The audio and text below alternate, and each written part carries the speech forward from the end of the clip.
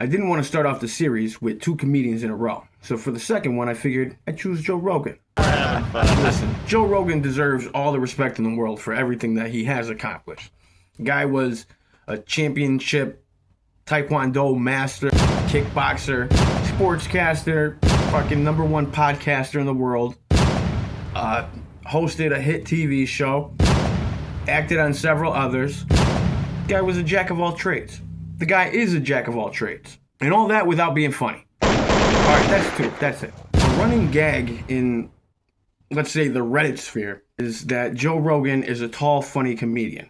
And I have to imagine that the tall part hurts a little bit more than the funny part. Because anybody can just do the mental gymnastics that it takes to say that comedy is objective, which it is. But you can always say, I'm the funny one, it's just that people just don't get it. I do it all the time, I'm doing it right now. But height, it may be perspective or respective, but it's certainly not objective. Maybe 5'10", around there, it kind of gets into iffy waters, but certainly nothing under 5'8". You're just short. And to be perfectly honest, I don't think that Joe would be where he's at today if he didn't carry that chip on his shoulder. Joe Rogan not getting jokes thing. There are literally compilations of just that happening. You know those powdered wigs that old dudes used to wear and the people in court used to wear? Wiggers, I think they called them. No, wiggers are white people that wish they were black. It's a totally different thing. Yeah. Some could be argued that it's just Joe kind of steamrolling a joke that he doesn't get. Really into biking and not putting paper on trees. Don't put their dead relatives in their faces. Just a man that would run up to a little girl like that. That's not any better for a comedy podcast. I assume everybody watching this, if you're interested in comedy at all, even though you probably don't have an improv group, you know that yes and rule. If you don't, I'll break it down really quickly. To keep a sketch or a bit moving, you want to agree to whatever that person is saying, to whatever is being said, and add to it. Yes and. You probably don't want to look at your fellow comedian and say, is this a character you're playing? Kind of ruins the, many of the videos that speak about Joe, maybe in a negative tone, mention this jokes going over his head. No pun intended. But I do want to mention oversight. In Kamal's video, he mentioned a group of untouchables in Joe's eyes, which is legit. But he mentions this little incident. I'm going to do his voice while you talk, if you don't mind. Don't do that. And he says that Joe is shutting it down because it's his boy. I think Joe shut it down because it's pretty hack. It's whack as fuck. Also, Tyler Fisher is such a little weirdo creep. The complaint was, you hit on women aggressively. I said, what does that mean? See, this is what I'm talking about, illiteracy. What does that word even mean? I'll do a video on him soon enough. I would be shocked and appalled if it turned out that you are some sort of sexual degenerate that I never knew about. I'm a very sexual person. I love sex. I love women. Elephant Graveyard has this thread throughout one of his videos about Joe's Dadhole.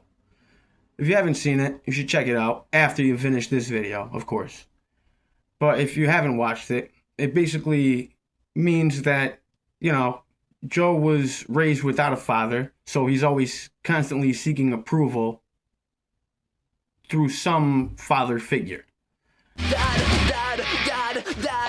This is all entirely legitimate, but I think it's only part of it. Napoleon complex rears its ugly head, and I think it's more aptly named here than basically anywhere else. Joe has divided and conquered everything that he's ever touched. If you know who Red Bar is, you either really like him a lot or you fucking hate him. If, like me, you do actually like him a lot, you probably started off by hating him. Just give it a year. Either way, love him or hate him, you'll find that he's actually right about a lot of things. One of which is short guy widening. Joe still does not want to believe he's short, okay? He works out every day to widen, because if he can't be tall, he's going to be wide, right? We've seen a lot of short guys, like Substance does this. If they can't be tall, they're going to be wide, which actually shortens them to the naked eye. Maybe you knew he was short, but it wasn't like, oh my God, look at this fucking vile midget. As bad as it must be to be short and fat, I think it's worse to be short and skinny. At least if you're short and fat, people can look at you and think that you're strong. If you're short and scrawny, you're basically helpless unless you have some kind of training or skill, or if you're just a little bit crazy. Joe decided to do both. The only thing that I had going for me was that I was crazy.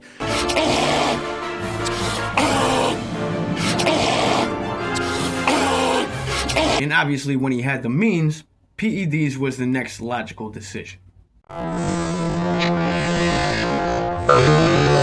Now, how does a short king who misses 60% of jokes thrown at him take a short joke? Because it is a very important part of being a short. Dude, you're like so short. I bet you like get super angry and flip out for no reason. I mean, I don't think so. Not more than any. Whoa, take it easy on me, dude. See what I mean? This guy's gonna take my head off. Mark Norman and Joe Rogan have this kind of ongoing love-hate relationship. Mark is pretty much the only one that'll still throw zingers at Joe. And Joe often doesn't know how to respond. He can't stop himself. Keep going. So, believe it or not, Joe's pretty close. In my opinion, anyway. To all people, you're going to have to let me know in the comments if I'm right about this, because you're the only ones with outside, unbiased, impartial perception. So, what I think the most respectable answer to a short joke is, you take the joke, you smile as you evaluate the joke, because if it's a good one, or even if it's not really good, but there's a crowd that is hyping it up, you keep that smile, and you have to give props to the joke before you can move on to something else. If it's not a good joke and it gets no crowd reaction, you keep the same smile and you explain to them, maybe in a funny way, how it wasn't even a good one. But for the most part, you can't go against the crowd. So if it's even a little bit good, you have to act like it's a good one. But if it's not good, but they still get a reaction, you have to use your best judgment. If it's not good, but it still gets a little bit of reaction, wait for it to die down, and then explain how it wasn't even a good one. Usually, the crowd will get a hold of themselves. They get lost in the moment sometimes. So they just reacted to some joke. But then they realize, if you point it out to them, if it's a really bad joke, and then they come to their senses. But ideally, short tip number 2, you're going to always want to keep one in the chamber for everybody. It's just how it is. Like any form of protection, it's better to have it and not need it than need it and not have it.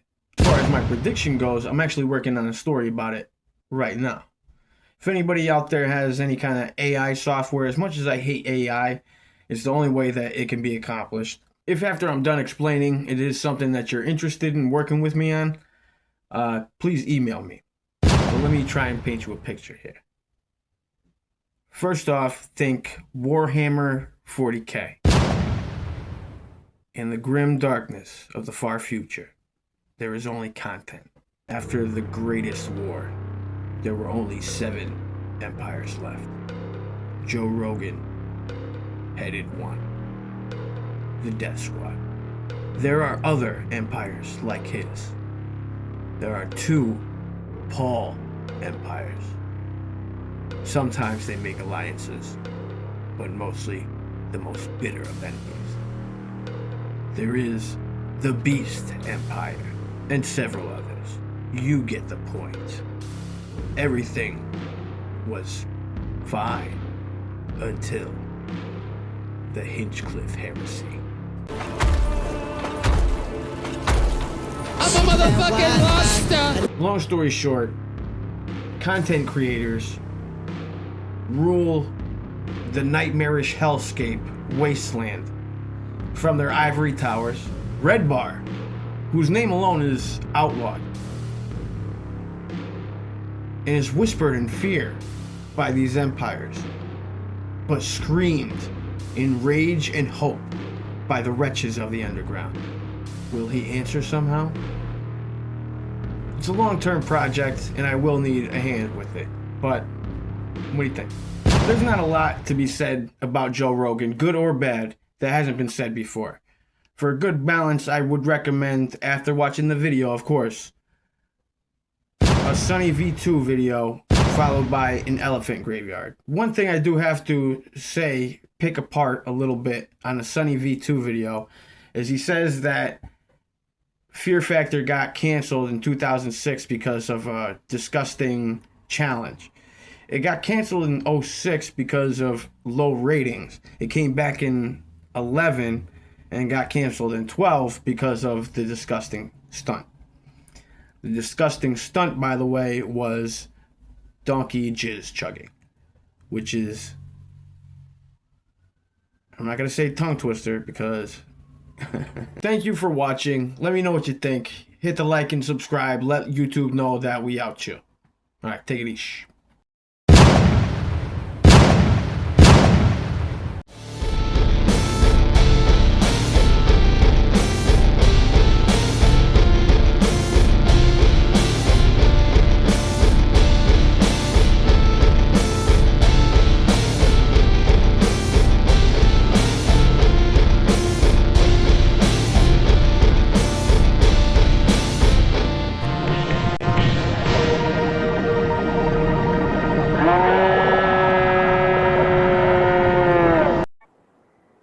What the hell is that?